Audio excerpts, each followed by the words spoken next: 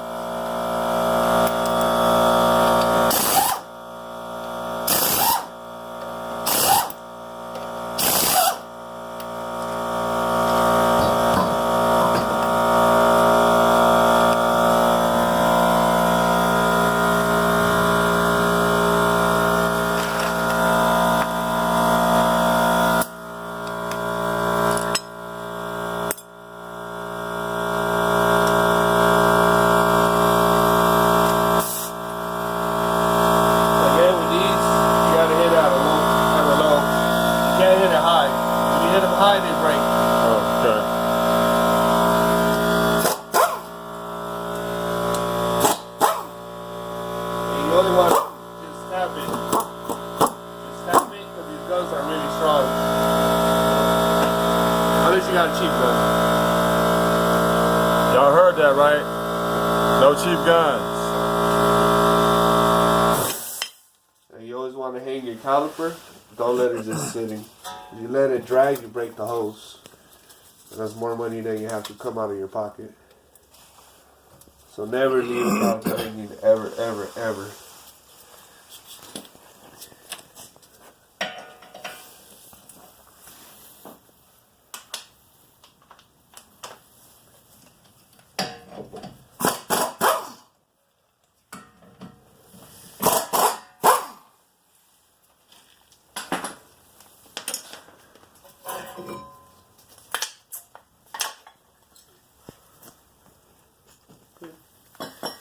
Here's the old pants.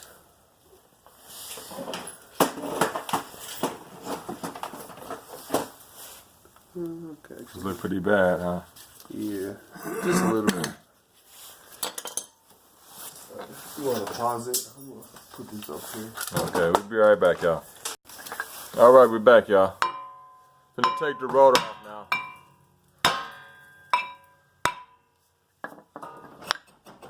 Just a couple hits in the right place, and bam, it's off. Has a lot of rust buildup. Got a lot of rust built up on there, so we're gonna see what Ruben does about that.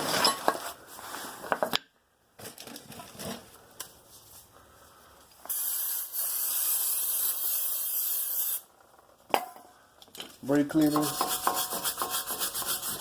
and manual labor. So you're scrubbing it with a wire brush. You sprayed the brake cleaner on there, and now you're scrubbing it with a wire brush. And the reason you spray the brake cleaner is to make sure all that dust, you don't breathe it, because that's actually deadly. Okay. That's good to know. So you want to make sure that it's soaked. And if you notice, he has a pan up under there to catch all the debris.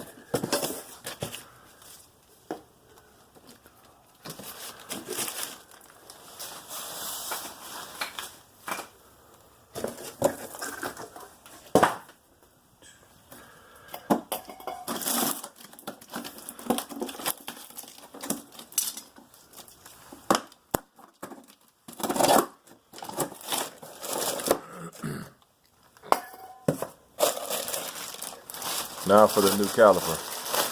Rotor rather.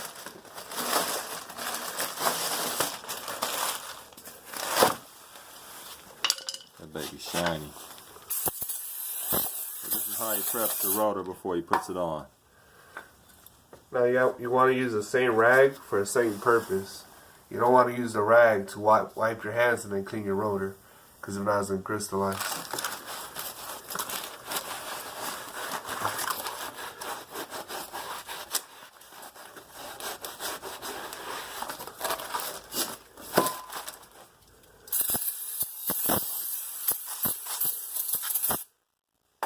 Some people tell me I put too much brake cleaner on. I'd rather be safe than sorry.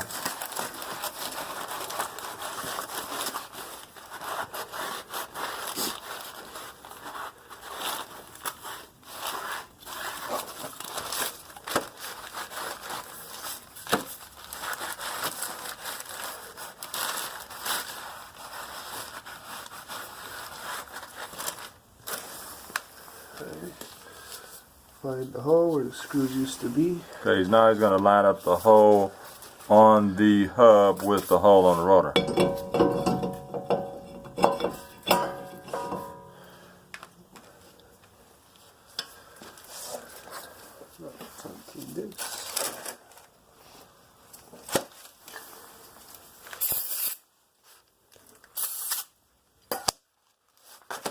What are you doing now, Ruben? Cleaning the slides. You always want clean sides so there's no residue left. So the pad can actually move smooth.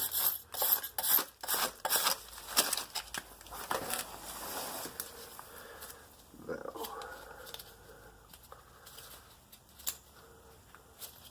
come on, rubber.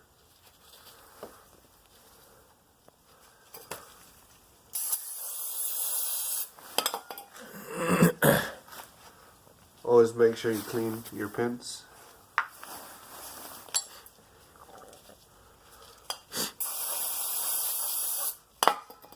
Will that spray harm the boots? The pin guides, Mm-hmm. make sure you clean them with brake cleaner so you add new grease. Will that spray dry rot the rubber boots? It shouldn't. Unless you leave it soaked in it. If you're just spraying it, you're fine. Okay.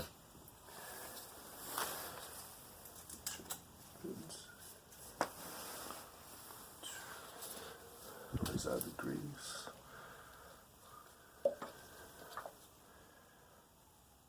You want to put it at the tip. Because once you push it in, it's going to slide all the way through. Okay. And then, you don't want to put a lot. Just make sure it's lubricated. Not a lot, y'all. Just enough to get it in. And then you always want to make sure it slides after you grease it.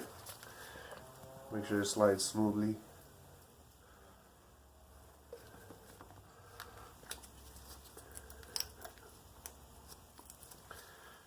Then make sure you put the boots back in its place. If your boot's broken, replace it.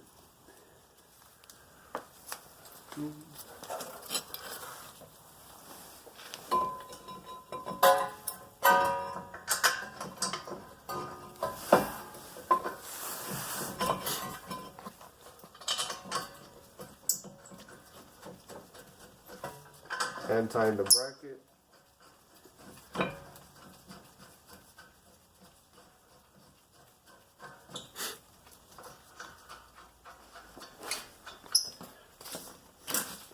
Then you tighten with a ratchet.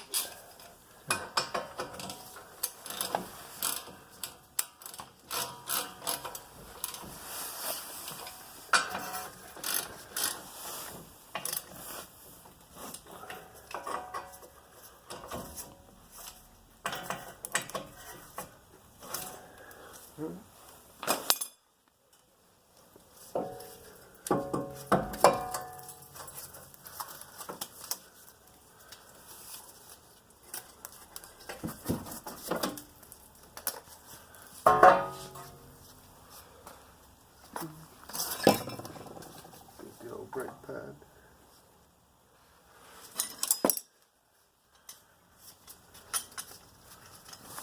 Okay, so now he's going to push the piston back. It's very important that you push that piston back evenly or to get wedged, right, Ruben? Yes. You don't want to damage the internals of the caliper. So he's using the old brake pad to push it back with a C-clamp. They do sell a tool for this. My friend actually has it, so we're doing it the old school way. This is the old school way of doing it. And it's very effective, is it not? Yes. What happens if the boot on the piston, around the piston is kind of torn? When should they be willing to replace one of those? Honestly, it depends on budget. Honestly, if the boots rip, the boots just there to keep the dirt away. It's not going to leak because you have an internal seal that actually stops the fluid from moving. Okay. So.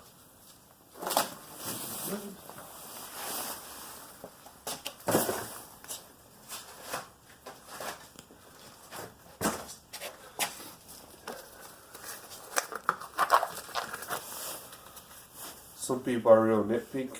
When they see anything weird, they just really want to replace the part, even if it's not bad. Yeah. Those are those knee freaks. Nothing wrong with them. Nothing wrong with them. In case some of y'all watching, nothing wrong with that. Right, so again, put the grease. The side that the piston is gonna hit. Put some in the middle. Okay, now it's very important, y'all. Don't put it on the pad itself. Put it on the opposite side. Yes.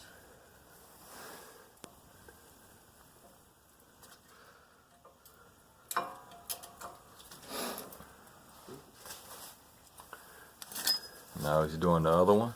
Again, we're gonna remove this. These are the wear. Okay, that's the clip on the other from the old pad. He's switching it off and putting it on a new pad. The new pad didn't come with them, but we want to make sure we're close to original as possible. And it's going to indicate once your pad is low. Okay. Yeah, it's very important.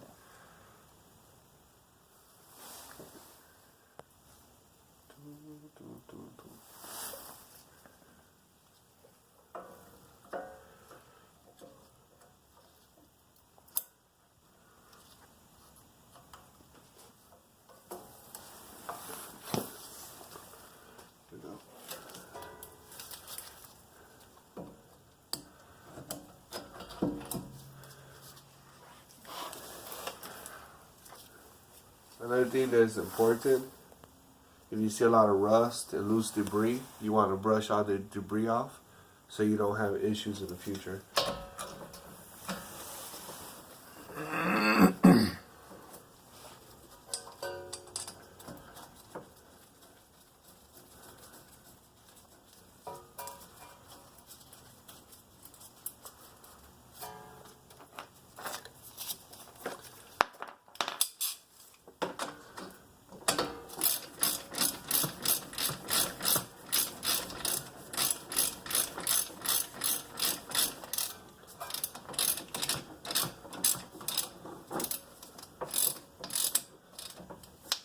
Again, just kind of hand tighten it with the ratchet. Once they're both even, then go back and tighten it the right way.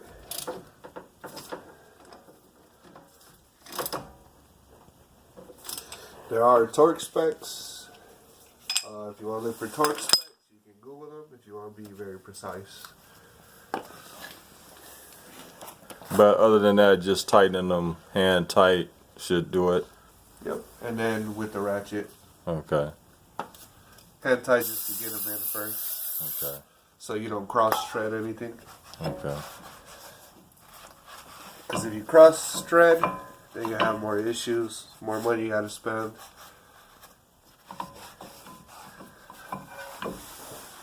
Very nice cleaning that up.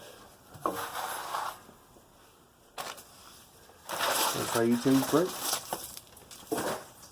So you want me to go in and pump the brakes? Yes. And then once he does that, how many times would you say you have to pump the brakes? Like 10. After the car is drivable, you want to seat your brakes in place. It's going to take about 20 stops of go and stop in order to set your brakes how they should be. Okay. So I'm going to go and do that, y'all. I'll be right back. It's loose before you record me. Okay. Cotter All right, everybody. We doing an outer tie rod. Outer tie rod on the passenger side of the vehicle. That's it. You're looking at it right there. So you want to loosen this. So we want to loosen that nut right there because that's what locks the tie rod in place where it doesn't move. Then we're going to remove the cotter pin. There's a cotter pin down there. When can you see it? Yep, there it goes right there. And then the nut. And then the nut, and then you can pop it up. So that's what he's about to do. I will pause it because that cotter pin is going to take me like 20 minutes. Okay, we'll be right back. Well, once I have it halfway off, I'll tell you to record again. Alright. So, he's got to wiggle it out. And what you trying to do now, Ruben? I'm trying to wiggle out the cotter pin. Okay. Slowly.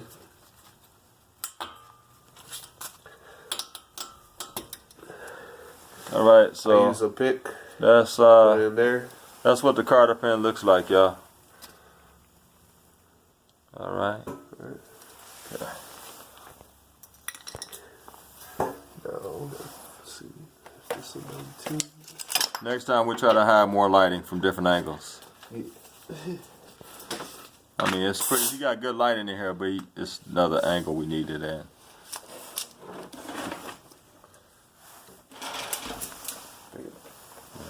Yeah, that looks pretty good. Yeah, there we go. Okay, so now he's gonna take the nut off.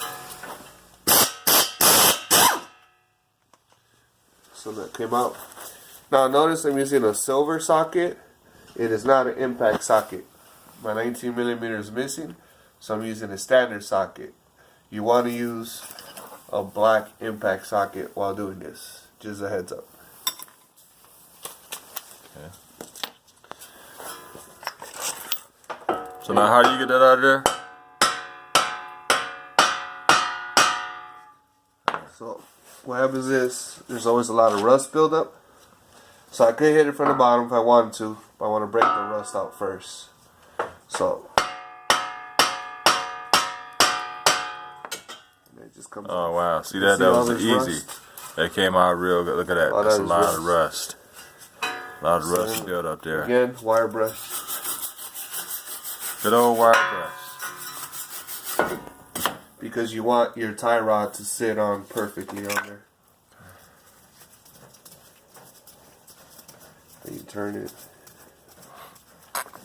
You had to count the number of turns, or you probably count the number of turns? I left the nut where it's at. Okay. That way when you go to alignment, they just adjust your toe just a little bit and you're good to go. Okay.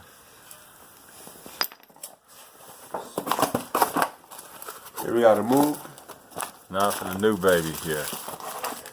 It's greasable, which is what you really want in life. A greasable tie rod. But why is that important? That way you can re-grease it and your components will last longer. Okay. So before installing it, always make sure that the castle nut goes on there freely, that it's not stripped. Last thing you want to do is put it on the car and it's stripped. You got to take it out the car and go back to the store.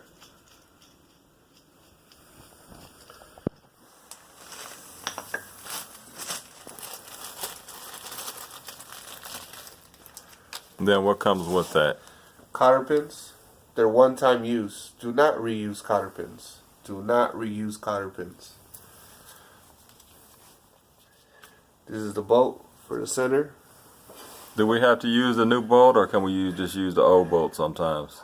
Sometimes I use the old one. It looks like somebody's been in here already and changed parts already. Mm-hmm. They just probably forgot to align it, and that's why it went bad. Mm-hmm. Because everything was fairly new on the other tie rod. Okay. So then you want to make sure you put your grease fitting on first instead of later. I'm gonna put my pliers. Oh, here we go. So you can use a socket or you can use your pliers. It's totally up to you.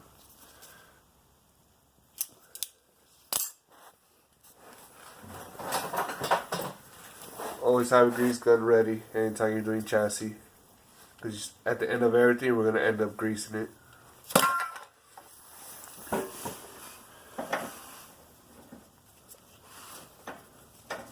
Okay, now he's putting it on.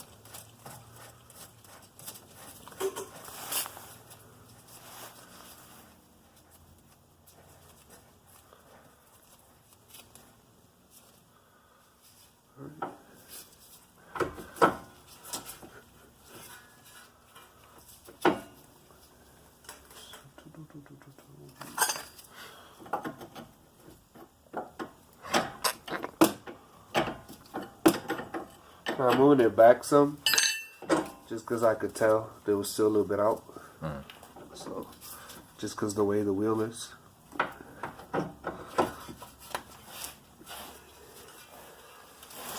Oops. There we go. Make sure it's all the way down before you do anything. Okay. You want to hand tie it again so you don't cross thread anything. Now, these have to be facing downward. So it's supposed to be like this. Castle nuts facing downwards.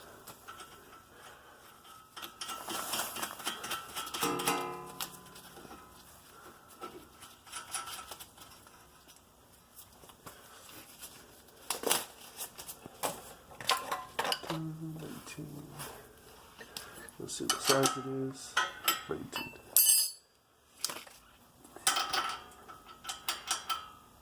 Hmm. 17. No, I had an 18.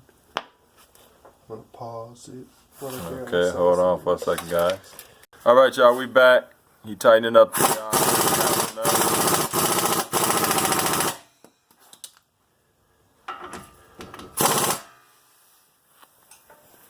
Alright. So you want to make sure you go over the cotter pin hole. So you got to pass the cotter pin hole in order for you to insert the cotter pin. Now, a lot of people don't know the proper way to put a cotter pin. Once you're in, one side goes down, the other side actually goes sideways. And that makes sure that the cotter pin will never move. Everybody always goes up, down and up. It's actually down and sideways. Okay.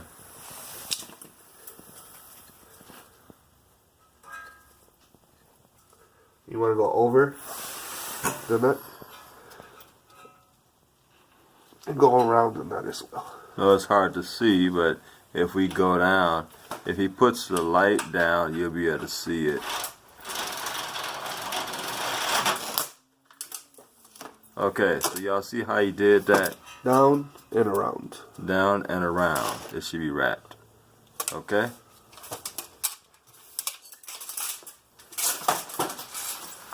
Alright.